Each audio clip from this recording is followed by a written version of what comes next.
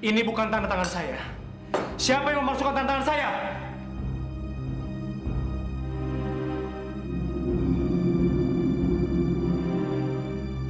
Mana saya tahu. Waktu itu saya terima surat ini dari Indah dan langsung saya kasih sama kamu. Kamu bukannya baca dulu tapi malah langsung buang lagi. Saya sengaja simpan surat ini supaya suatu waktu kalau kamu perlu ada. Sekarang ini memang diperlukan karena saya akan mengusut siapa yang memasukkan tanda tangan saya. Dan saya juga tidak yakin kalau ini adalah tanda tangan Indah. Kenapa kamu jadi marah-marah sama saya? Saya nggak terlibat dengan perceraian kamu dan saya nggak mau tahu. Sudahlah Erwin, apa gunanya kamu ributkan soal surat ini? Lagi perempuan itu kan sudah meninggalkan kamu dan sudah menikah lagi dengan teman kamu itu. Seharusnya perempuan itu yang kamu marahin, bukan si Asri. Mama jangan berpihak sama Asri. Ini urusan antara saya dengan Asri, bukan urusan Mama. Erwin, jangan bentak mama kamu. Kenapa sih mata kamu dibutakan oleh kenyataan bahwa Indah itu licik? Dia meninggalkan kamu karena dia ingin nikah dengan Dokter Hari. Karena kamu sama sekali nggak ada artinya di matanya. Tutup mulut kamu! Saya tidak akan menutup mulut saya untuk hal yang saya anggap benar. Indah itu bukan perempuan baik-baik seperti yang kamu bayangkan. Dan mungkin saja bayi yang ada dalam kandungan yang kamu pikir itu anak kamu adalah hasil perselingkuhan dengan Dokter Hari.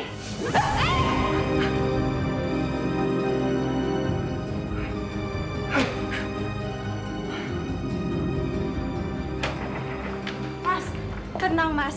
Jangan terlalu emosi. Saya tidak menyangka, Sar. Mama saya dan Asri tega menghancurkan hidup saya. Tapi Mas, emosi tidak akan menyelesaikan masalah. Mas harus tenang. Tenang. Setelah saya terjerumus begitu dalam, kamu minta saya untuk tenang. Saya nggak bisa. Saya harus mencari kebenaran. Saya harus bertemu dengan Indah. Tapi Mas, bukannya Mbak Indah sudah menikah? Saya tidak peduli.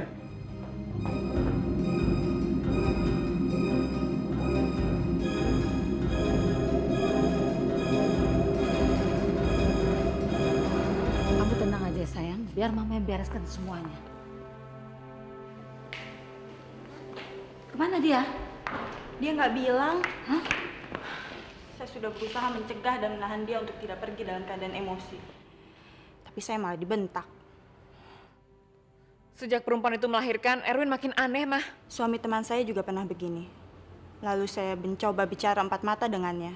Akhirnya dia sadar. Kalau saya diizinkan untuk bicara empat mata dengan Mas Erwin di luar, mungkin saya bisa menyadarkannya untuk tidak bertindak secara emosional. Ya, dan menerima kenyataan. Tapi itu kalau Mbak Asri mengizinkan. Saya akan sangat berterima kasih kalau kamu bisa menyadarkan Erwin, Sar. Akan saya usahakan, Mbak.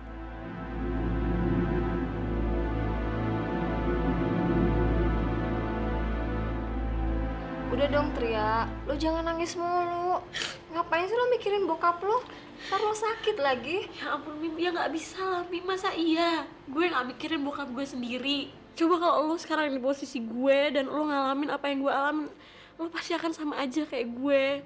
Iya, gue bisa ngerti kok perasaan lo. Tapi ya mau gimana lagi?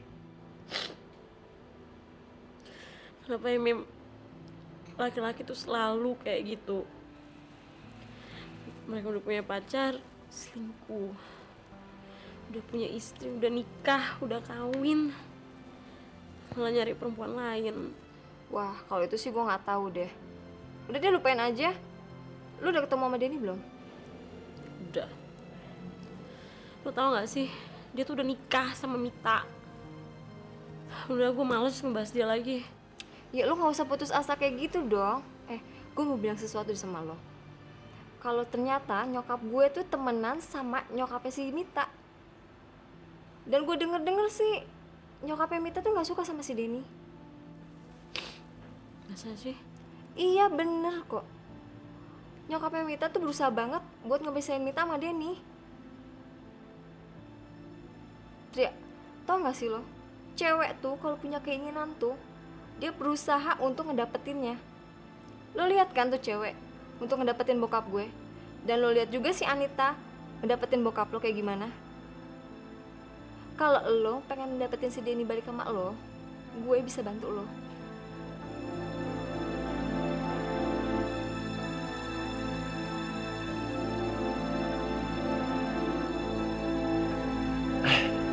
Kak Indah pasti lagi seneng banget. Kenapa? Iya, dia udah bawa pulang bayi-bayinya. Oke. Iya, pasti dia capek banget tuh. Soalnya di rumah kan nggak ada pembantu. Jadi ya dia mesti kerjain sendiri semua. Oh iya benar ya? Iya. Sian deh. Halo? Mita, Iya, ini siapa? tolong lo ceraiin suami lo. Siapa sih nih? Lo pikir suami lo tuh cinta banget sama lo? Gue ingetin sama lo ya. Sebelum cinta lo terlalu dalam sama dia, lebih baik lo minta cerai sama dia. Daripada lo ntar sakit hati dicerain sama dia. Brengsek. Siapa sih lo? Halo? Halo?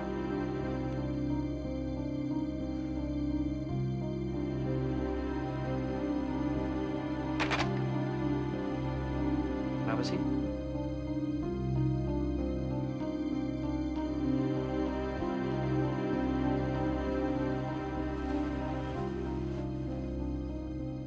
Nggak tahu, tadi ada cewek nelfon.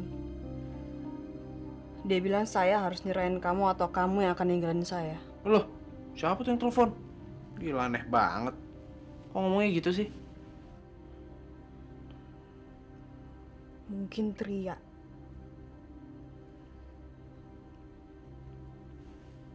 Dan saya minta kamu jujur sama saya sekarang. Kamu masih suka berhubungan gak sih sama dia?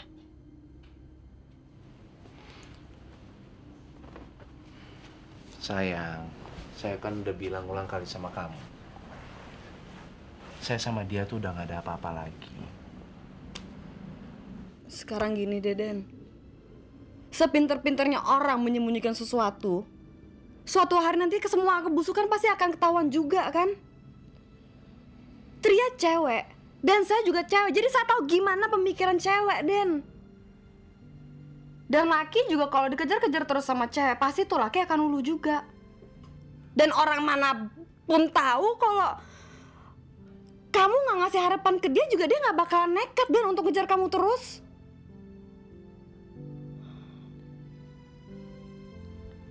Kenapa sih kamu gak percaya sama saya? Saya bukannya nggak percaya. Saya cuman khawatir, dan karena semua ini menyangkut masa depan saya. Kamu ngerti nggak sih? Jadi saya mesti gimana lagi supaya kamu percaya? Hah?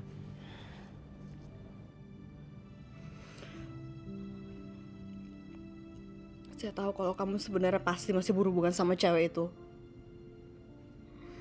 Dan saya juga yakin kalau tadi yang nelfon tuh pasti Tria. Dengar, Mit. Saya udah gak ada apa-apa lagi sama Tria. Oke? Sekarang gini. Kita ke rumah Tria. Saya akan bikin klarifikasi sekalian sama orang tuanya. Gimana?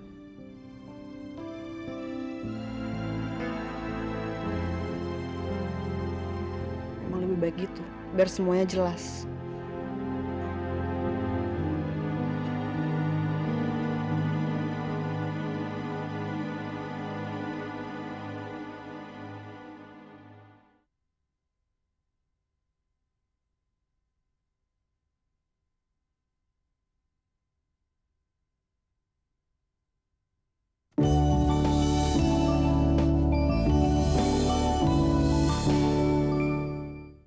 Apa-apaan sih kamu? Kenapa kamu bikin ribut di rumah saya? Saya tidak benar bikin ribut, Mas. Saya hanya ingin kejelasan mengenai posisi saya. Saya menikahi kamu, berarti kamu sudah menjadi istri saya yang sah. Dan ini bukan suatu kejelasan.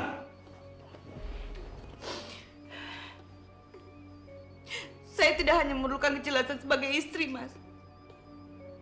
Tetapi saya memerlukan kejelasan mengenai masa depan saya. Dan masa depan bayi di dalam kandungan saya. Tindakan kamu sangat egoistis. Kamu sudah menghancurkan rumah tangga saya. Saya atau Mas yang egois? Yang Mas pikirkan hanya diri Mas, Hesti dan Tria. Sepertinya saya sama sekali tidak ada arti dalam kehidupan Mas. Dan setiap kali saya berbicara mengenai masa depan saya, Mas selalu mengulur-ulur waktu. Saya bukan mengulur-ngulur waktu, tapi menunggu waktu dan saat yang tepat untuk memenuhi harapan kamu. Kalau kamu mengerti sedikit dan mau bersabar. Apa selama ini saya kurang sabar, Mas? Dan semakin saya sabar, Mas makin lupa. Kalau saya sebagai istri memerlukan ketenangan, Mas, dalam memikirkan masa depan saya. Saya rasa tuntutan Anita sangat wajar, Hadinata. Dan di mana-mana istri kedua, apalagi yang baru dinikahi, akan mendapat perhatian dan kasih sayang yang lebih dari suaminya. Saya tidak menuntut yang berlebihan, Tante. Saya hanya... Sabar, Anita. Sabar ya. Kamu yang tenang. Harusnya kamu sadar, Hadinata. Anita itu dalam keadaan hamil.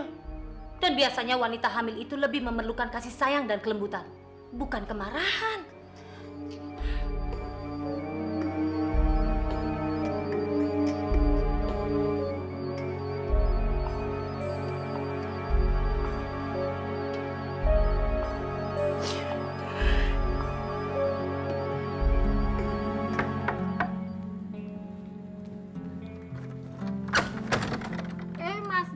Malam, Bi. Malam. Apa kabar? Kabar baik. Bapak sama Ibu ada? Lagi pada pergi. Kalau Non Tria ada, mau ketemu? Boleh, boleh. Silakan duduk. Ya, makasih.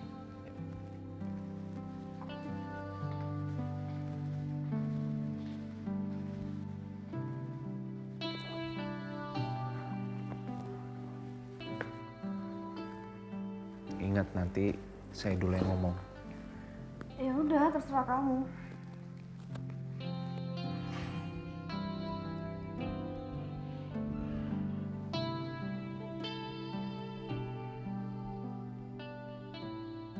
Mas Denny disuruh tunggu sama Neng Tria sebentar.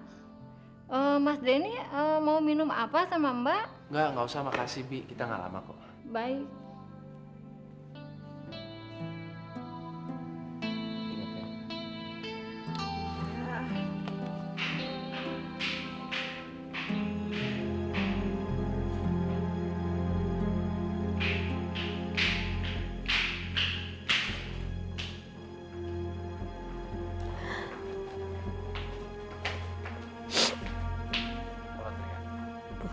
Halo, Den.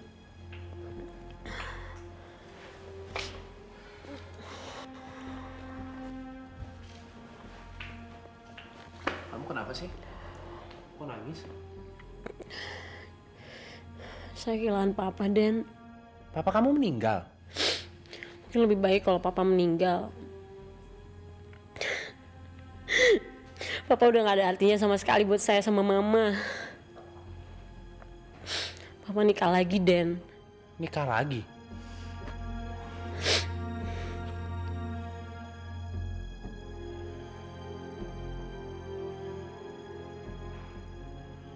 Kita ikut prihatin ya, Tria.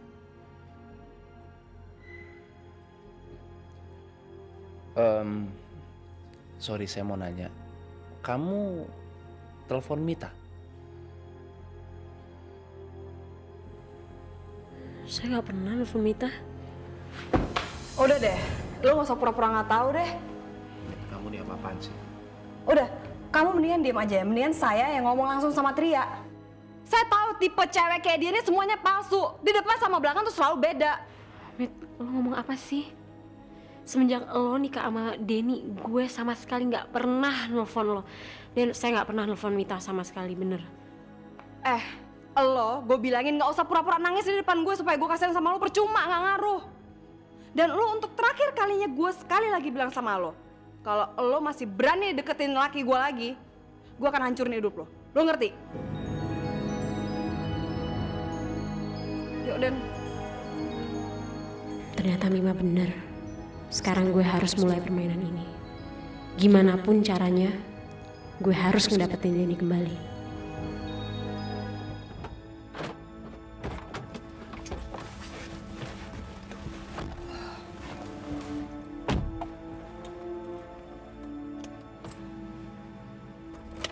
Mit, kamu nih barusan ngomong apa sih? Jangan gitu dong, dia kan lagi sedih. Papa sama mamanya pisah. Kamu ngebelain dia banget sih. Lo bukannya begitu. Tadi kan saya udah bilang, biar saya aja dulu yang ngomong. Ya udahlah, nggak penting. Sekarang kan udah jelas. Bukan dia yang nelfon. Ya terus kalau bukan dia nelfon, terus siapa? Sorry ya. Kalau saya sih curiganya cewek itu tuh suruhannya Bobby. Bobby? Ya.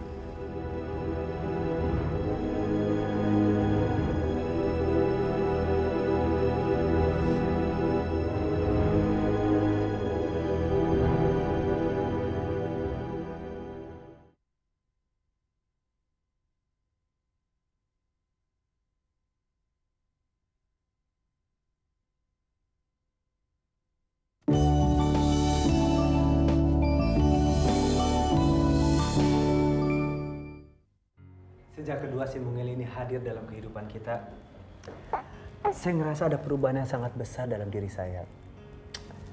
Setiap pagi rasanya saya males banget berangkat kerja. Iya, tapi sekarang kamu harus lebih giat kerja lagi. Sebagai kepala rumah tangga, tanggung jawab kamu lebih besar. Ya.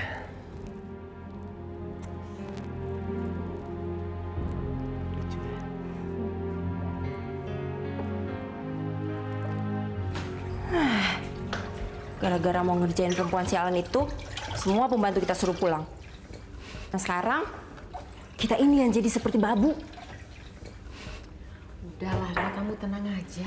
Kita harus hadapi masalah ini dengan kepala dingin. Gimana bisa tenang, Mah? Kita nih udah kayak pembantu. Sementara perempuan sialan itu sedang bermesra-mesraan dengan Hari. Heran, Hari seperti kerbau yang dicocok hidungnya oleh perempuan itu. Dia sudah menganggap bayi-bayi itu seperti darah dagingnya sendiri. Nah, itu dia. Kunci penyelesaian masalah ini ada di bayi-bayi itu. Perempuan itu menjebak Hari supaya nikah dengan dia. Bukan karena cinta. Tapi cuma agar di mata masyarakat, bayi itu lahir tidak sebagai anak haram. Ya kan? Maksud Mama, kalau kita membunuh bayi-bayi itu, dengan mudah kita bisa memisahkan Hari dengan perempuan sialan itu kan? Ya, persis. Masalahnya sekarang gimana caranya kita bisa menyingkirkan bayi-bayi itu tanpa menimbulkan kecurigaan? Itu masalah kecil, Ma.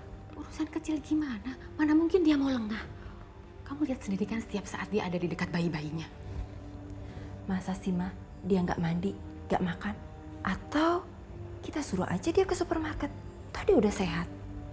Nanti, di saat dia nggak ada, kita cekokin bayi-bayinya dengan obat.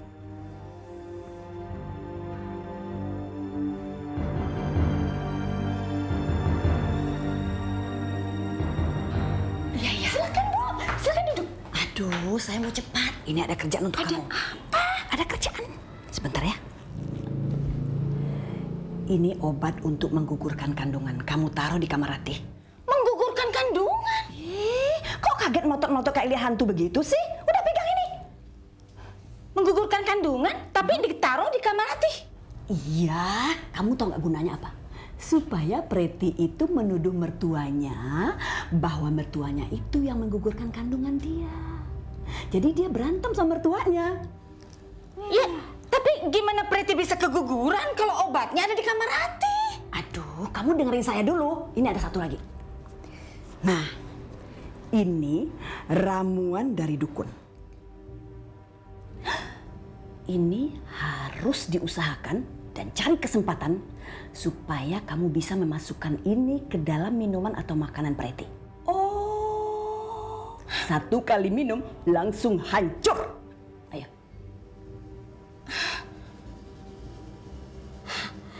Tapi saya takut, Bu. Aduh. Gitu aja takut. Nah, kalau saya ditangkap polisi gimana? Udah nggak mau ini lagi? Kalau nggak mau ya udah, saya cari orang lain. Sini. Tunggu dulu. Iya. Pokoknya begitu Preti pulang ke rumah bapaknya, uang akan menunggu Ibu Nungki. Oke? Iya. Jangan sampai gagal. Oke? Iya.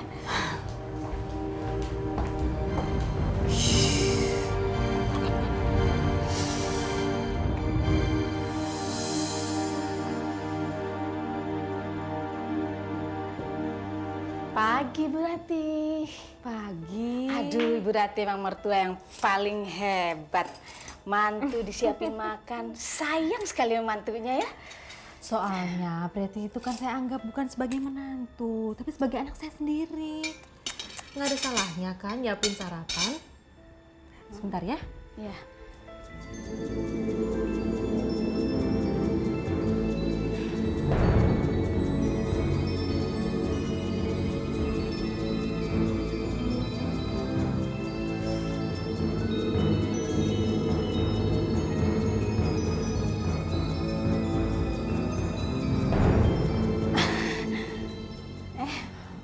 Aduh Ibu, sarapan pagi udah siang begini untuk orang hamil nggak bagus loh untuk kesehatan bayinya. Iya juga ya. Sebentar ya, saya panggil Preti dulu. Iya. Preti, Mama sudah siapkan sarapan paginya. Makan yuk. Mas, jadi ngerepotin aja. Kalau saya pengen makan juga saya bisa ambil sendiri kok, Ma. Tapi kamu harus memaksakan diri untuk makan. Setidaknya demi bayi dalam kandungan kamu.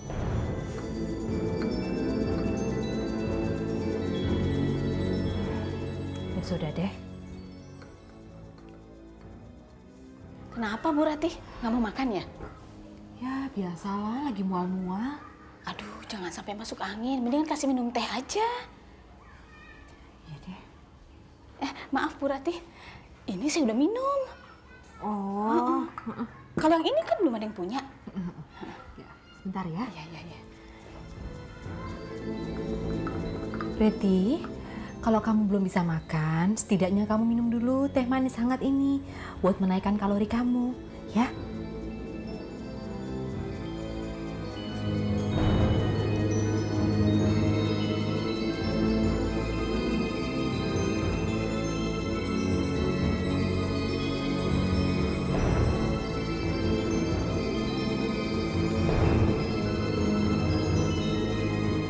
Yes! Akhirnya saya akan dapat uang secepatnya.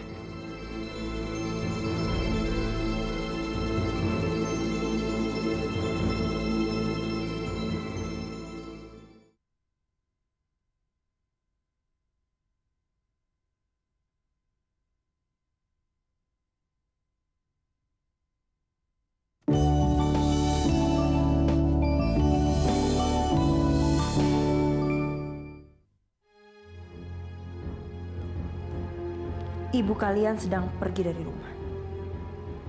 Jadi, kalian berdua juga harus keluar dari rumah ini.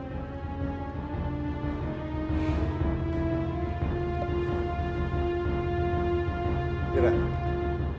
Pak. Lagi apa kamu? Ini, Pak. Tadi Ira mau gendong mereka, kan kasihan mamanya lagi nggak di rumah. Tapi kayaknya badan mereka panas, Pak. Jadi Ira ambil obat panas buat mereka. Panas? Iya. Kamu kasih apa ini? Obat panas, Pak.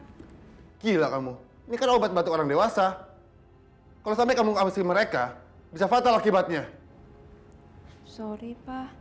Sebagai anak dokter dan kakak dokter, seharusnya kamu lebih cermat memberikan obat kepada bayi. Bukan asal begini.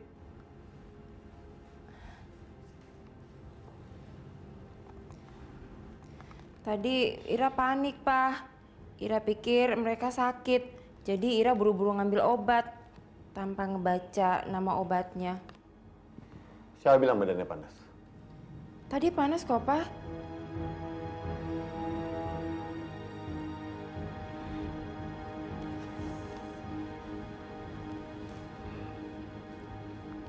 Lain kali, kalau anak ini sakit, tidak perlu kasih obat. Bilang ke Hari kalau nggak bilang ke Papa. Ngerti kamu? Iya, Pak.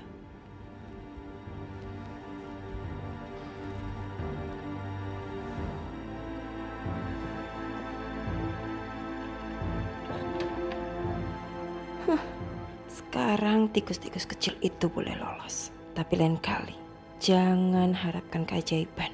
Karena saya tidak akan pernah gagal lagi.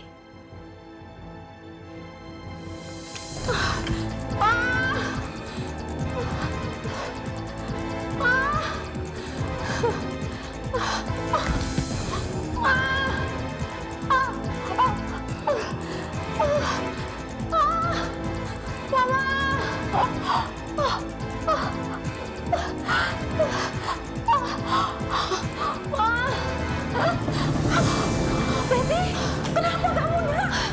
Sudah makin apa? Perut Preti mah sakit sekali, Mak. Aduh, tadi kamu bilang makan dulu. Sakit, masih sakit. Aduh, Ma. Ya Allah. Ayo kita ke dokter sekarang, yuk. Ayo, yuk. Yuk. Saya mau ini segera diselesaikan, Pak. Saya nggak mau urusan ini berlarut-larut. Saya juga ingin urusan ini cepat beres, Bu. Tapi kasus ini kan perlu proses dan prosedur. Langkah pertama, saya akan menghubungi Pak Handinata dan istri mudanya itu. Setelah itu baru kita atur strategi selanjutnya.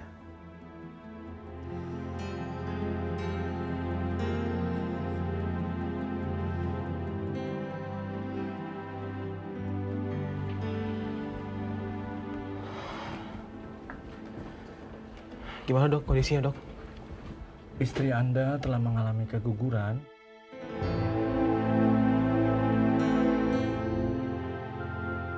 Nanti saya akan bersihkan.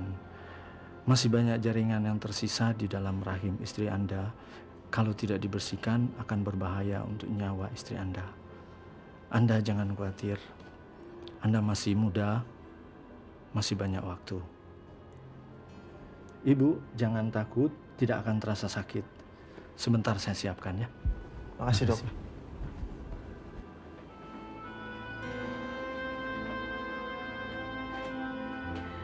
Preti, Nanda, sekarang kita berdoa sama-sama ya, supaya kalian masih diberi kesempatan oleh Allah untuk mempunyai keturunan yang sehat. Sabar ya, Naira.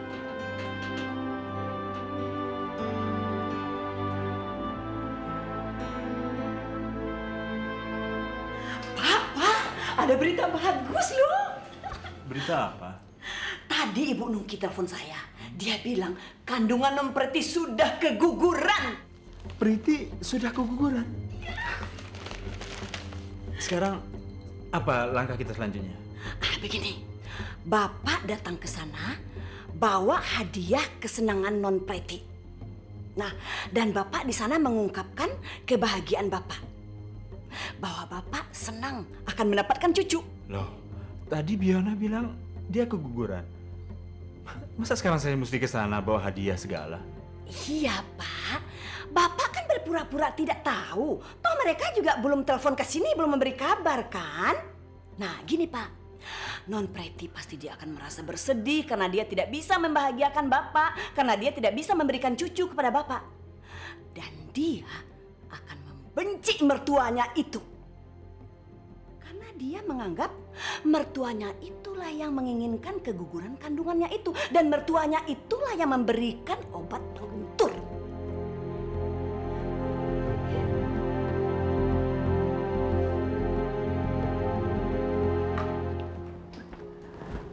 Indah, kenapa saya harus pakai susu tambahan? Kenapa nggak ASI aja? Saya sudah berusaha, Mas. Tapi ASI saya nggak cukup. Udah, Mas, biarin biar saya aja. Nggak apa-apa kok. Mas, sebenarnya saya ingin cerita tentang masa lalu saya. Permisi, Pak. Ada tamu? Suruh tunggu aja. Baik, Pak. Kamu temuin dulu deh tamunya. Itu kan cuma pasien yang mau konsultasi masalah dokter di Singapura. Bagi saya, istri dan anak harus diutamakan. Tapi kan nggak enak kalau tamunya suruh nunggu. Nanti deh kita bicara lagi, ya? Oke deh, kamu tunggu sebentar ya.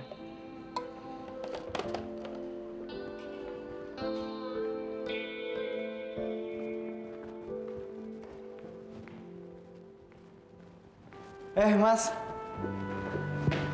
Kejutan. Saya kira pasien saya tadi.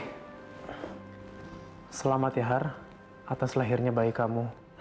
Terima kasih. Tadi saya telepon ke rumah sakit.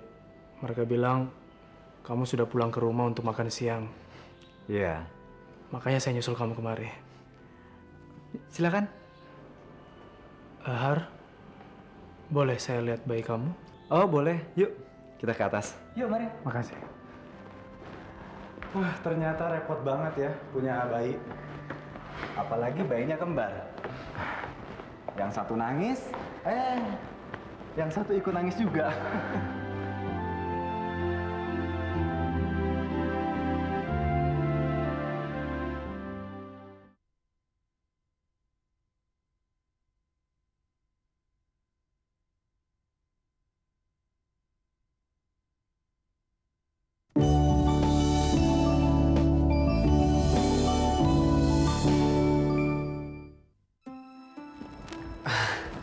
Indah lagi bikin susu di dapur.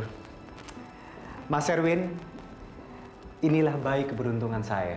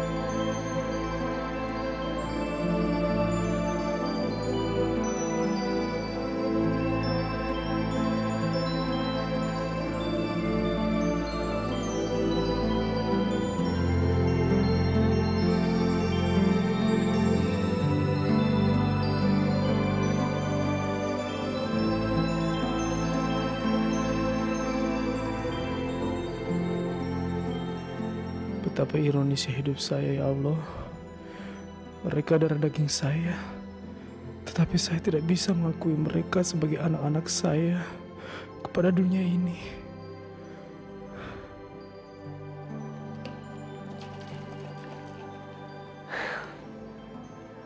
Bayinya lucu kan?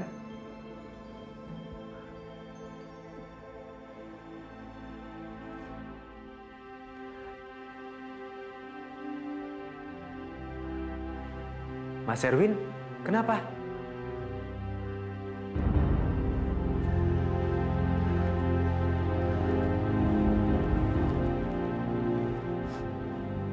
Saya iri dengan kamu, Har.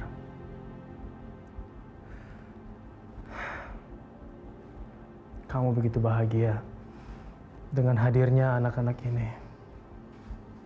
Sementara saya,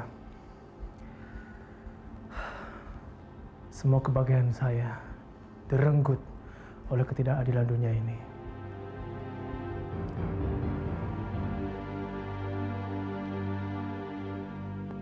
Kalau seandainya saja istri saya tidak pergi meninggalkan saya dengan membawa anak saya dalam kandungannya,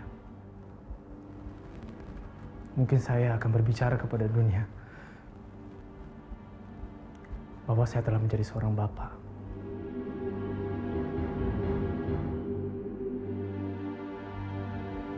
Sama seperti kamu.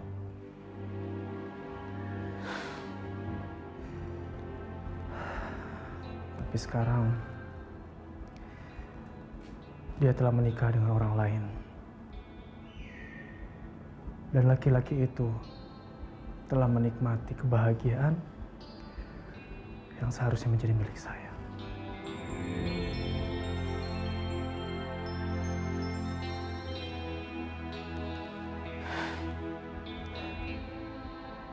Seharusnya kan Mas bisa meminta bayi itu.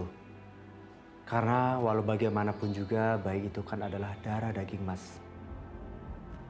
Saya rasa suaminya tidak akan mengizinkan saya untuk mengambil bayi itu. Karena dia sekarang sudah menjadi suaminya yang sah. Ya, kalau secara hukum Mas berhak. Tes DNA akan membuktikan kalau bayi itu adalah darah daging Mas. Saya rasa kalau laki-laki itu gentleman, saya yakin dia pasti akan memberikan bayi itu kepada Mas.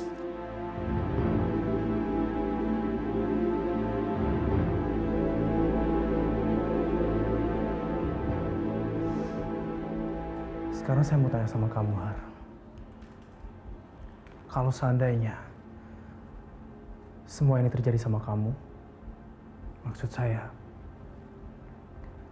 seandainya kamu yang menikah dengan mantan istri saya, apakah kamu akan rela memberikan bayi itu kepada saya?